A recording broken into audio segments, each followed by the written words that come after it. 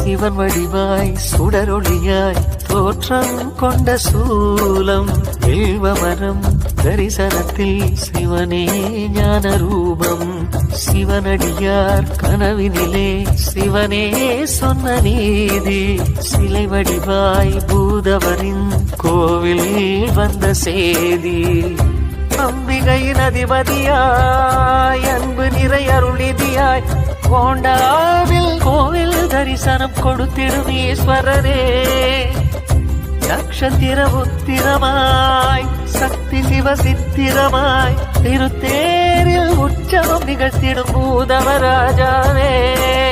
வாசகம் திருவாசகம் உன் கோயிலில் நான் பாடுவேன் நேசகன் இசை பூக்களால் மலர் மாலையை நான் சூட்டுவேன் சிவ சிவ சிவ என உணர்வினில் கலந்திட சிவமுக தரிசனம் நினைவில்